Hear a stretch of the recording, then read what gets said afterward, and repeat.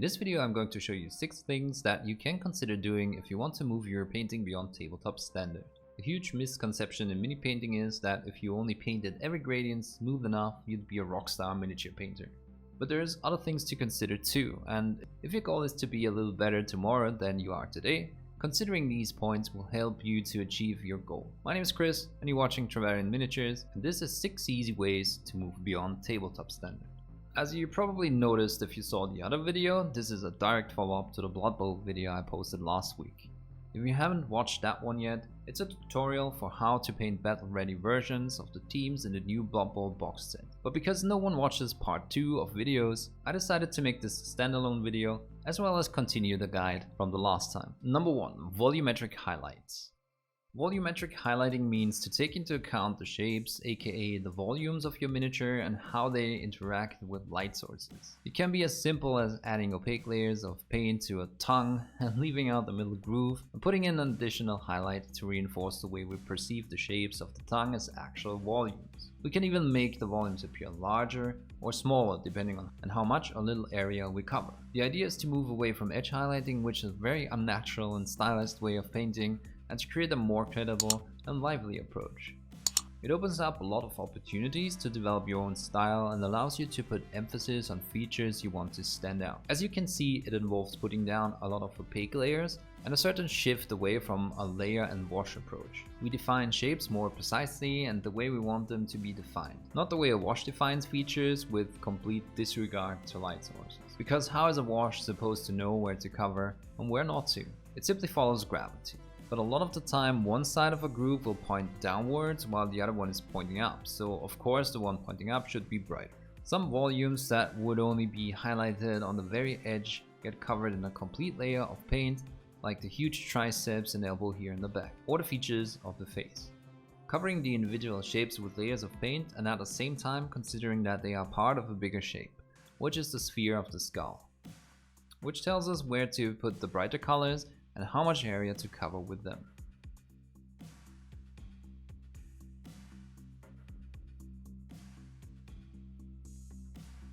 Shapes also influence each other, like for example the interplay of muscles in a really massive arm. Once we have defined the big shapes, we can detail the small volumes with more precise highlights, where higher up areas are brighter, but of course in a more confined space. I really enjoy applying my interpretation of this to miniatures, and the good thing is, it doesn't matter so much how smooth these highlights are, just having them there makes everything more pleasing to look at, because it just instantly makes more sense to our brains. Folds on fabric is something I really did not enjoy painting when I started out. But once you ditch the edge highlighting approach where you only put lines on the top ridges of these folds and switch to a volumetric highlighting, you will see that this can be really satisfying. There's no real need to blend all of these transitions either. Instead, just put opaque layers on these upwards facing folds and just leave the darker areas out, and you can create intriguing fabric that also looks credible. Number 2. Color variations.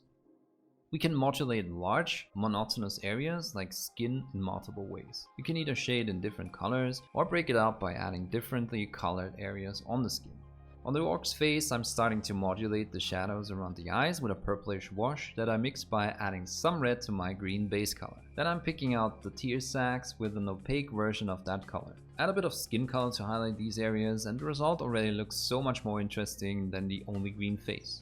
Another opportunity for color variation with orcs is the lips. I'm applying the red-green mix to the upper lip and I'm also outlining the lower lip. Notice how I don't really follow any pre-sculpted line here. This is entirely my own interpretation as far as how much I want to cover goes. I'm highlighting the whole area by adding a bright skin color again, and I also add some vertical lines to make the lips a bit more interesting. I decided to break up the monotony of the arms a bit by adding the same red mix to the elbows. First adding a more opaque layer, and then glazing over the transition to get a bit of a gradient, and again adding skin tone to place some highlight details.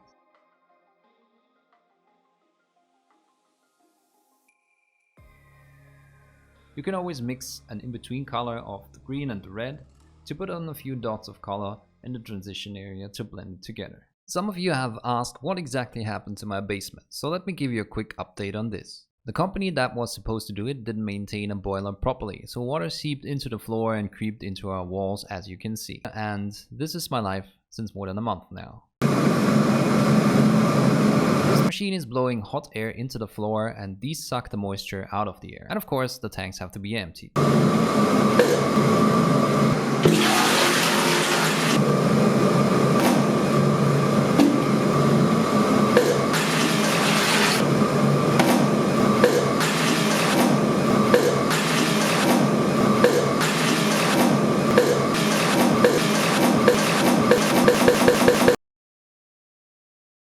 Number 3, upping the contrast.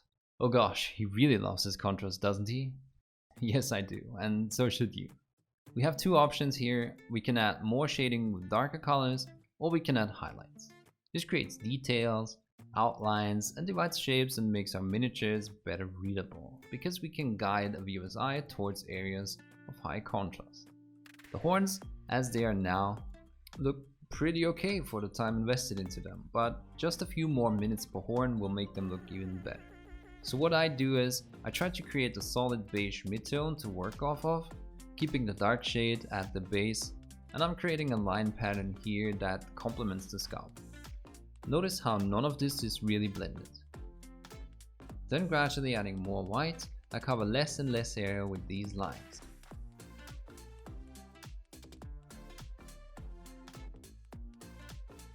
And of course I apply the same technique to bring up the teeth.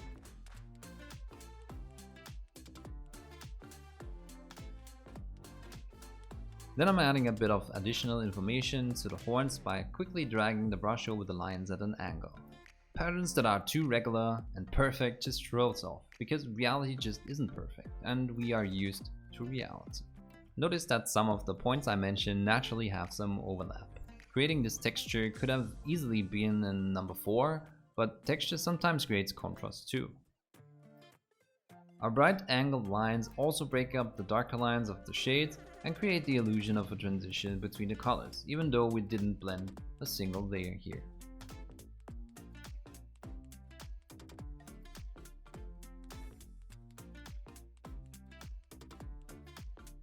For the feathers, I use the base color, here a brighter beige, to add highlights to the areas that got stained just a bit by the wash we applied.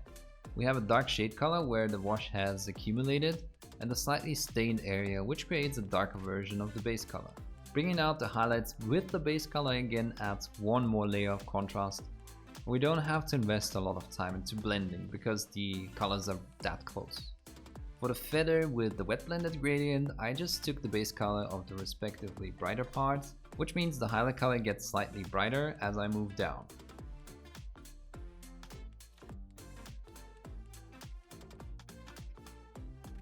Number 4, adding texture. Like I said on the point before, this has a bit of an overlap with the general notion of upping the contrast, but such is the nature of mini painting. We can't always just clearly label what we do with a single technique, and there's always going to be interaction. Often that is used and has wear, so we need to address that by adding, for example, edge highlights that are not one equally thick bright line, but consist of an irregular line that gradually gets thinner towards areas that are not as exposed and would receive less wear. On areas that receive a lot of wear, like the belt in the belt buckle area, we can just highlight by adding opaque layers of paint, drawing straight lines like cracks in the leather and curved ones, and maybe a dot or two to create the contrast we need. It's important to add variety to the highlights on the edges. Vary the thickness of the line, make it reach into an area. Just create additional information on an otherwise boring area and cover less space with the lightest step.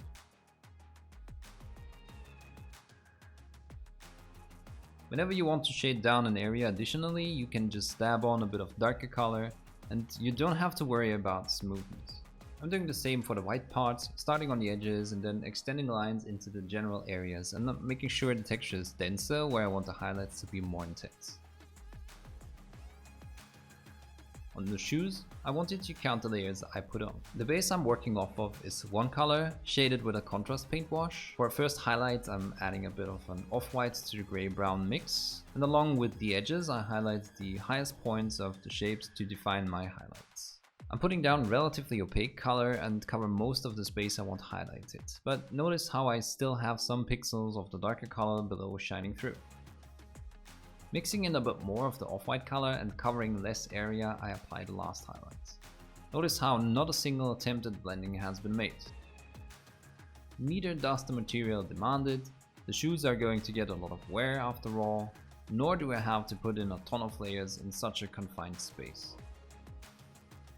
And I'm using the same approach for all of these leather clothing parts.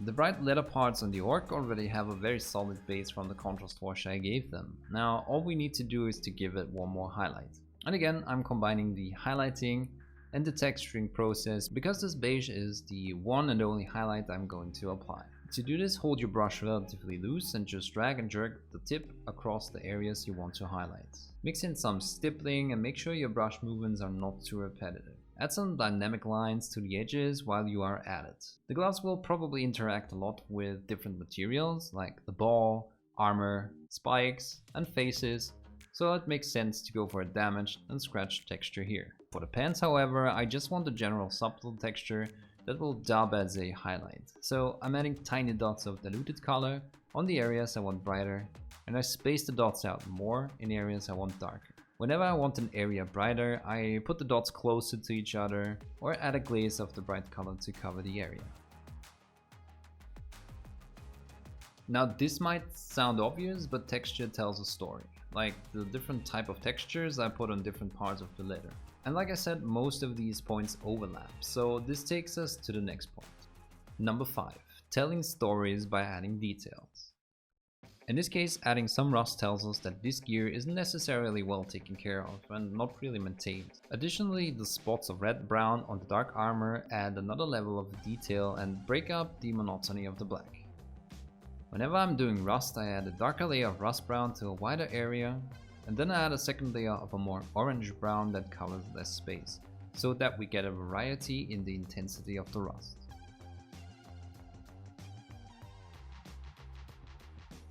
In general, unless it's a stylistic choice or something is coming right off the assembly line, you want to add a layer of wear and or dirt on top, like I do on this freehand here. Which leads us to the last point I constantly use to personalize and improve my miniatures, which is adding freehands.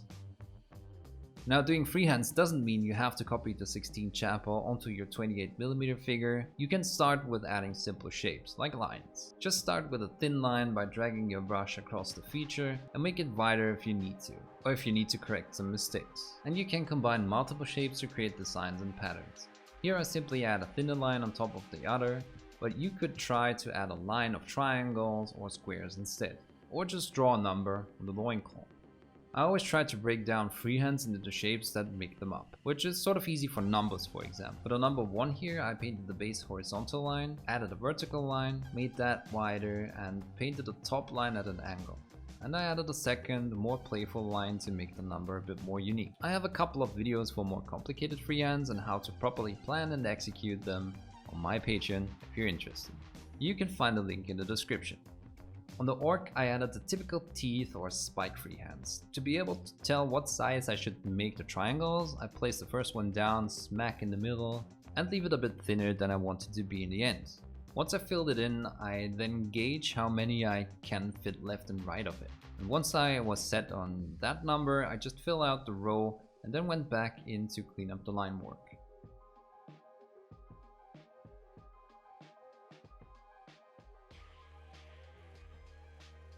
As you can see, I started the triangles in a darker off-white, which means I can put in a few highlights, pure white for variation. Once all the shapes are complete, we need to make sure they feel like a part of the armor, not just randomly slapped on triangles. So what I did was add a few areas where the armor would shine through by approximating its color and painting on a few scratches and chips.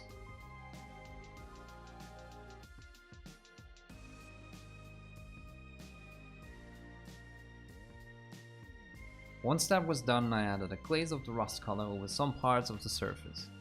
That makes it look like the metal oxidized with the paint already on it.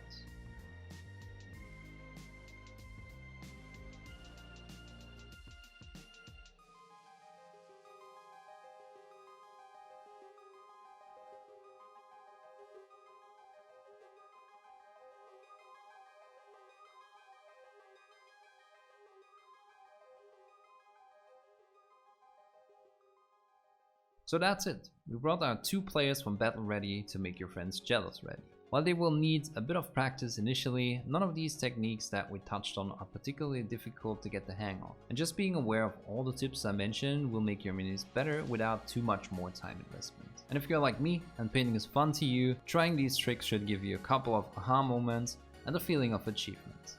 Which is all I can ask for. I will upload a couple of longer tutorials for some of these steps to my Patreon during December, so you can take a deeper dive on the subjects and techniques if you want to. And of course, if you like this video, you can support my Patreon so I can keep doing the videos. For now, thanks for watching, stay creative, and I'll see you in the next video.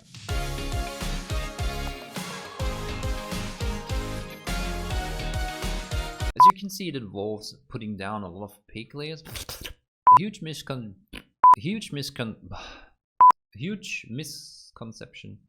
misconception in mini painting.